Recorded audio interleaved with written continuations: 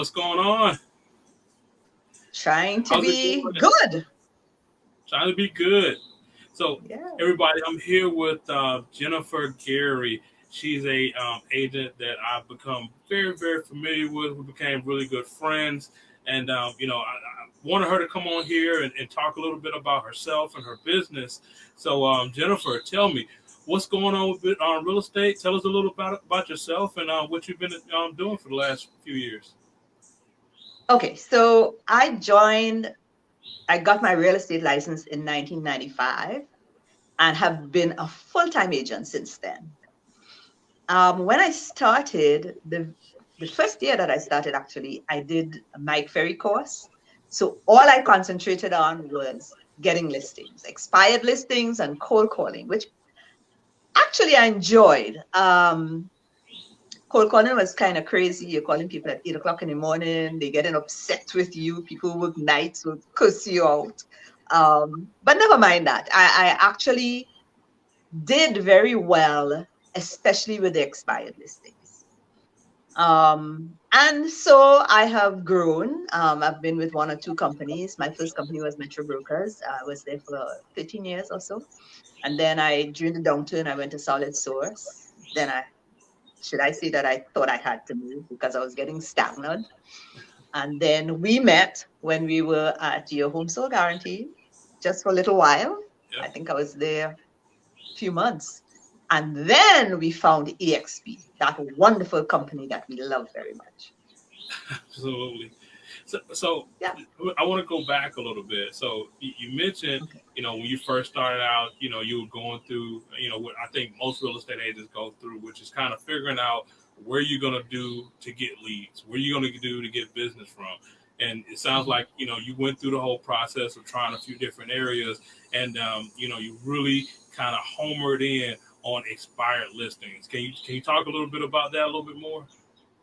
In those days, it was easier to get expired listings. One, the telephone numbers of the owners was in the listing. So as the date expired, you're calling the owners and you're saying, Mike Ferry's thing was, um, when are you going to hire the right agent for the job of selling your home? Easy. Yeah. I'm the right agent. When are you going to interview me and hire me? And that was easy. Nowadays, it's so you can't get the numbers. You have to get a company that would give you numbers, and more than half the time, those wrong numbers are wrong. I've tried knocking on doors with expired listings. That has been hard. People not answering the door. They telling you they're not selling now, or blah blah blah. That kind of thing, or they have relisted with the other agent.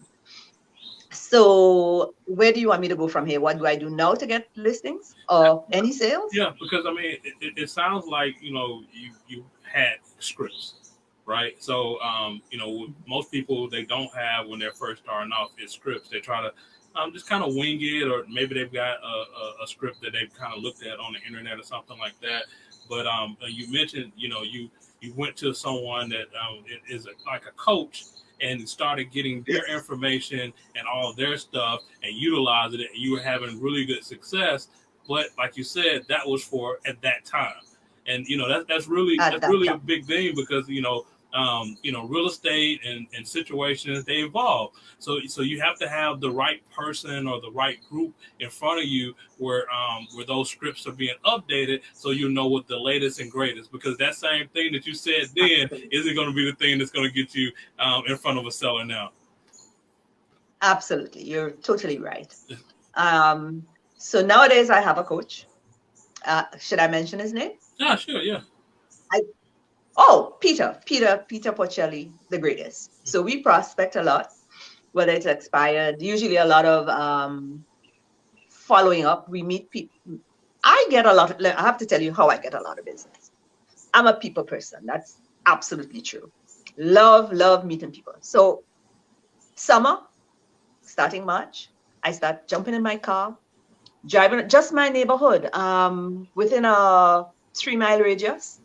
I will go down a street, every single subdivision on that street. I turn into the subdivision, I drive around. I didn't knock on doors for a long time. I only did it for last year for a few months. I would talk to people in there who are washing their cars, who are doing the garden, who have just arrived home and just walking to their stairs, who are at the mailbox.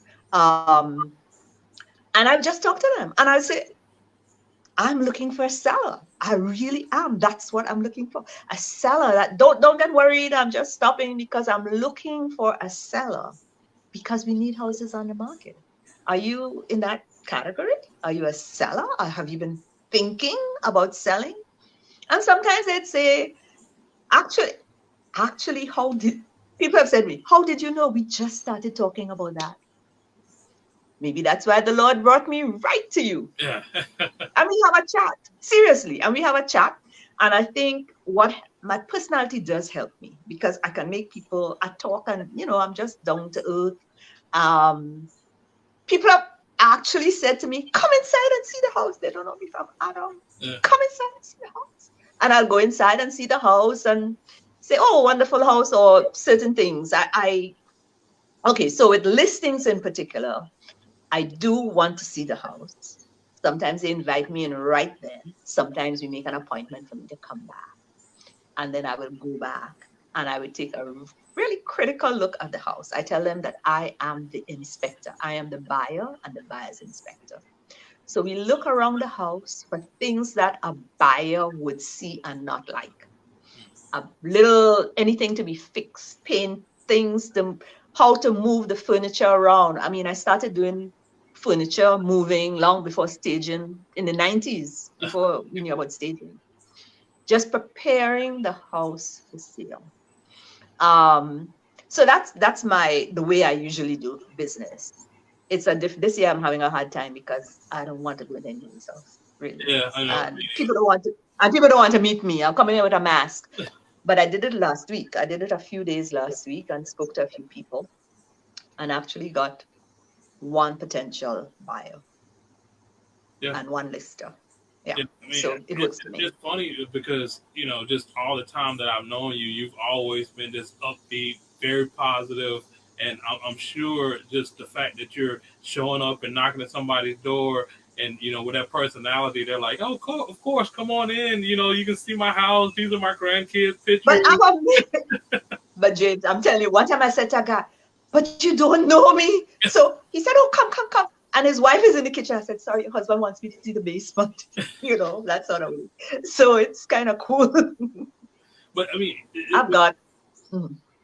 it goes back to something that I always, always say, like, people that are having a success in whatever it is. I mean, it can be real estate, whatever. I mean, it's usually because they're doing some of the things that other people are not doing.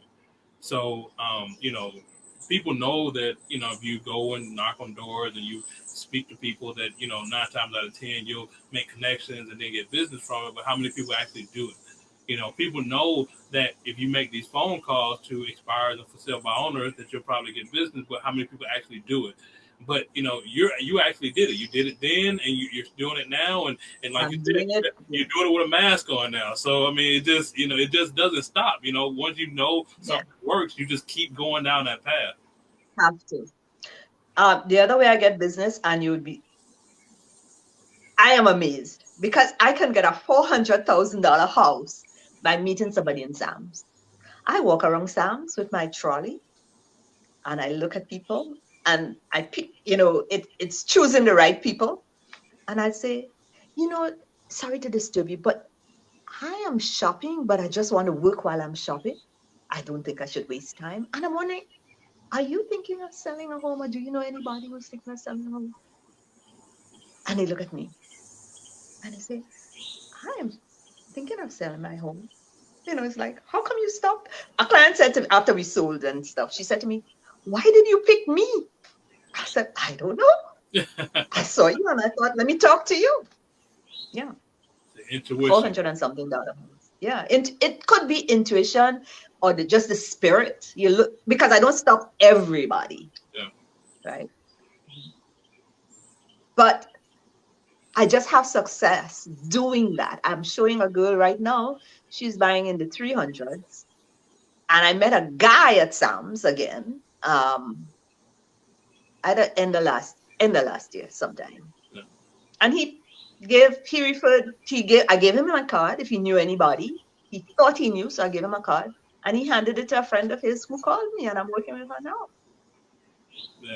That's awesome. I mean, I can tell, like, when you, like, like I said, just dealing with you and knowing you, like, your personality is like golden. Like, but you mentioned you have a coach and you all are making these phone calls. That personality over the phone when they're not actually able to see your facial expressions or anything like that. Like, what are you doing different? That it has to be a script, because really and truly, I am much better in person than just doing scripts or just calling people and saying, who do you know? Yeah. The script is, who do you know? Who do you know who is looking to do real estate in the next few months? Yeah. That is harder for me than meeting somebody in the yard. Yeah. It is. Yeah. But it works too. I mean, we know that we have KV Core, we have our CRM, and we get leads from that. And it does work, but you have to have a script then, because you have to be ready for the objections right there. Yeah. People don't object so much when you're doing it face to face. They could say they're not selling. And I'd say, well, you don't have, I don't expect everybody, I just say to them, are you selling? And they say, yes. I said, but have you been thinking of, do you think next year, do you have, whatever it is, you're downsizing or you want new school system or whatever. So doing it, we do calls every day for an hour and a half. We have to use our scripts. Yeah.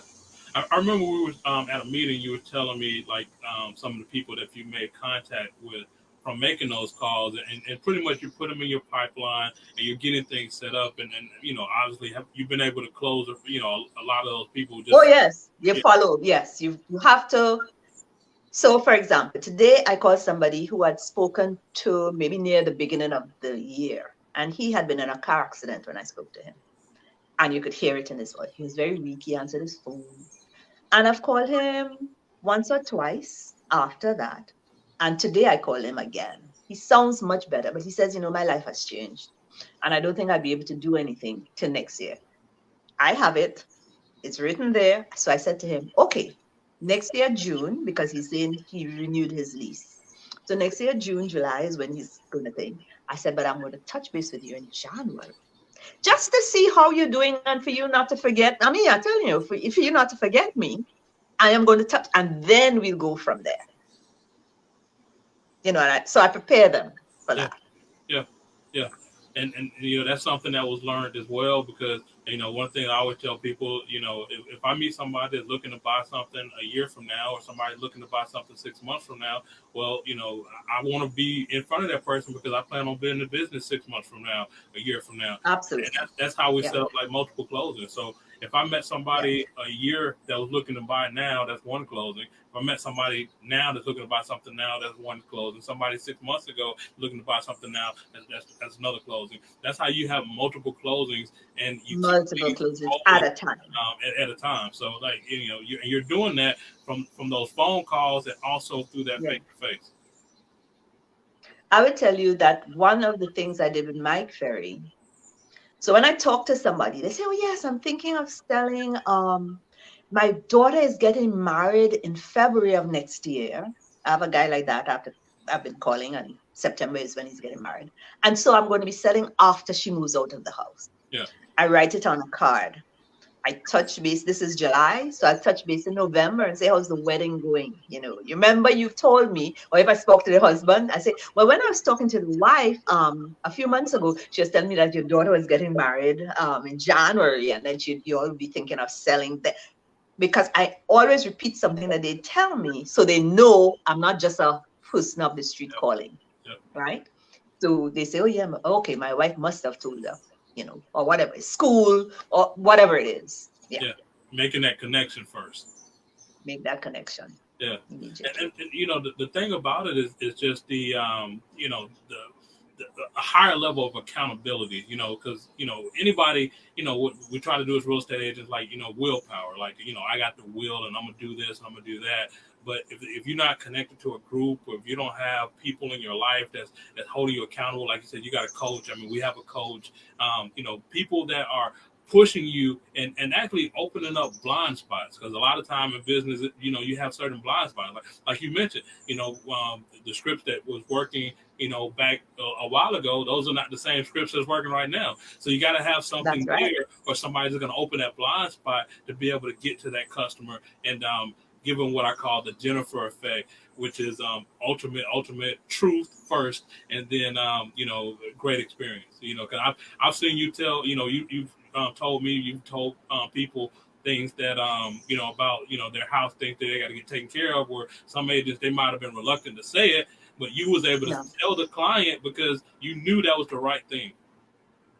Yes, and then when the house sells quickly, they're happy. Yeah. You have to take the time to prepare your home for sale. You can't just wake up, and some people do. They wake up and they say, "Oh, I think I'm going to sell my house today." So they tell their friend who tells me, and they're ready to put it on the market. No, your house is not ready to be put on the market. No. And I tell them, no, we've got to take care of a few things first. Yeah. If an inspector is going to write something down, you know that because it's obvious. Why not do it so he doesn't have to write it down? Yeah. Because the longer that list that buyer sees, they're thinking, maybe this is not the right house.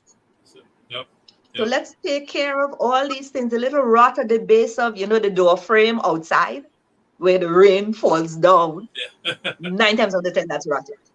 That's a norm. And I tell them, we find this problem all the time. So what you have to do is get somebody, cut, replace the wood, and look how it looks now.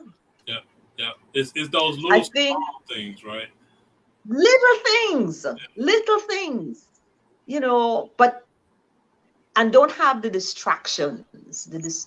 Anyway, but I really try to furniture placement, because sometimes a lot of people have the sectionals. Sectionals tend to be big. Yeah. And when you see sectionals in a room, then the people, it makes the room look small. So let's see what we'll do with that. I've had people put things in storage and arrange kind of smaller furniture or something. It's just what is best for them, and then that's when you get multiple offers, because when the pictures come out, people can see the house. Yep. Yep. And that's when they love you and they refer you and they talk about how great. Oh yeah, my clients like me. I want to tell you another thing that I do that really all agents should do. I always call my clients on their birthdays. I started that in 95. The very first couple I sold in 95, they had retired from New York and bought a house here. Right? So retired means that they late 60s into 70s, late 60s, let's say. They lived here in 2007, they were moving to Florida. And I sold their house. He's in Florida now. They wait for my call. Wow. I have a client who moved to Panama. And the day of her birthday, she said, I told Frank, that's her husband. I told Frank I'm not going out because Jennifer is going to call. And she was waiting for my call. Because when you go out there, you don't have the cell towers that you have here. So sometimes you don't get. So that's what I do. And they tend to be happy. And when I call on their birthday, quite often, well, not quite often, but very often, you'd hear them say, "Oh, a friend of mine wants to," because I call them that day, and it's in their mind that this friend. A lot of people, they don't know how to keep in touch with that. I mean, I know you mentioned earlier, we got our KV core system, which allows us to make touches, and remind us. I mean, I always like to liken it to this. If you want a real estate business, if you liken it to a car, whatever fast race car you have that you like, Porsche, whatever. That KV core or the CRM is the motor. Like, it's not going to go anywhere without that motor being there. So everything that you're saying, and we keep it in that system, and it reminds us and keep us updated, and it makes us look like the stars we are, because the reality of it is that if you're working with a whole lot of volume, like what we work with, we need systems to be able to keep in touch with our clients, but more importantly, give that experience that we know that they deserve and that we can deliver. Absolutely, I agree. I mean, building relationships and nurturing the relationships are a key to success. I really think so. And I try to do that. all Yeah. my clients. So And one. I encourage them also to call me, because that's another opportunity to talk. Call me if they have a question. Don't feel that you're bothering me. I'm a real estate agent. I'm your real estate agent. Yeah. So whether should I refinance? What you think about so? What you think about? Call me. If I don't know the answer, I'll find it out for you. Yeah. Yeah. Yeah. Awesome. But one of the events that we have coming up here this Monday and Tuesday is Agent to CEO. It's an event that I attended last year in Texas. Before all the COVID stuff kicked in, and that Uh-huh. particular event was awesome. I mean, it's not for every single real estate agent. Obviously, you got to have been doing a certain amount of business, but it's about taking Yeah. your business to the next level. Everybody Mhm. gets to the point where once you start getting busy and you want to start getting back control of your life. That particular course, Agent to CEO, is going to be on. It's going to be online, and we're going to have Jay Kinder, Al Stasic, John Kitchens. I think Holly's going to kick in as well. But just going over and showing agents how to have a real estate business and not just be in real estate. So I'm gonna put Yes. the link in at the bottom for anybody that would like to attend. There is a small, very small fee to do it, but just like me and Jennifer were just talking about now, like you have to get and you have to have a coach or somebody that's going to hold you accountable and put things in place for your business to grow. Once again, like I said, this is Yeah. not for an agent that's just starting off, but it's for an agent that's starting to get footing and they want to 10x their real estate business. So Mhm. Jennifer, man, I really, really appreciate you jumping on and telling a little bit about your business and about yourself and your warm personality. Any parting words before we go? For agents, I would say work it. You have to be focused. Try. That was very hard for me. I am like, but you have to try to be focused. And as you say, if you do consistent in doing what you're doing, like if you make calls or if you decide you're going to meet people every day, or if you decide every time I go out, I'm going to hand out a card. I don't just hand out cards, by the way. I hand out cards and I take their name and number, right? Because cards can go anywhere. Yep. But I have your name and number, and you said what? You said December before Christmas. I've got it, right? Yep. Just do those things. And if you could get a partner, by partner, I don't mean partnership, but somebody to tag, somebody that you can discuss things with, it does help. And somebody, as you say, who keeps you focused. If you can't afford a coach, although it's a good thing to have a coach, just have somebody who would keep you accountable and you keep them accountable. So you say, I'm going to make how many calls, or I am going to, well, this is my goal, and I'm working towards that goal. So they can say, oh, so you're working, so what have you done towards achieving that goal? Yep. And you say, oh, you know, this week has been so crazy with me. I haven't been able to do rest. Well, then next week you got to make up for it, Yep. Yep. you know. So, but you need somebody who is able to tell you these things, Yep. That's you what I to love so keep you much in. about our group. I mean, Yeah, we do that all the wonderful time. group.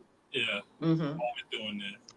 Well, I awesome, Jennifer. appreciate you. I appreciate you and all you've been doing for us since I joined EXP, you know, all the mastermind and all the Monday meetings and all the lunch and learns. And I learn. I mean, I have a big folder and it's sectionized. So I have mastermind and all the notes, you know, Monday meeting and all the notes, lunch and learn and all the notes, you know what I mean? So it helps me. Something I can look back at, something I can read and say, oh, okay, yeah. Yeah. We appreciate you too. All of us. Thank you so much. I really appreciate you saying that. No. You really, you are a giving person and you help us so much. I mean, you have to do your research or you have to learn somewhere. But I've always said, and I've said it to a few other people in the XP, that when you go away on a course, you come back and you share it with us. Yeah. And so we learn really, and it's wonderful. It's wonderful to be part of this. Yeah, I mean, it's the power of the connection, right? Really, honestly. I mean, like you said, I mean, I go back and I hear people, Al, Jay, Michael, Brent Gove, just so many wonderful people. Everybody in the Honey Badgers, Trisha Turner, Seiko. We get so much, so much from everybody. And then, Yeah. we come back and, we it's time to implement, and then, Yeah. everybody obviously can't go to everything, but I try to go to as much as possible and bring it back to our Mhm. group because I know Yes. that it's sometimes it's that one little thing, One. That one that you thing. hear that literally changes your business. I mean, that's how it was for us. Like, it's like one thing that we'll get like one nugget that was like huge, but that nugget meant the difference between an additional $100,000 a year in commissions, additional Yes. $200,000 a year in commissions, like just that one little nugget that we brought back from those groups. So once again, like I said, agent to CEO coming next week. Like I said, I'm gonna put the link in there. Like I said, if you're an agent and you're looking to grow, you're looking to build, you're trying to figure things out, you're trying to 10x your business. I mean, definitely, you want to be a part of this right here. Al Stasic, 300 transactions that he's gonna do this year. Jay Kinder, number 2 in the world, and Caldwell Banker, 530 homes a year sold. John Kitchens has trained like some of the top people, agents in North America. You talking about a coach, this guy knows everything. So, if you're looking to do that, systems in place, you definitely want to, look at going and being part of that. But Jennifer, really, really appreciate it. Got a lot of it. Always Thank great to you. talk to you. And until My the pleasure. see you later. Okay, bye.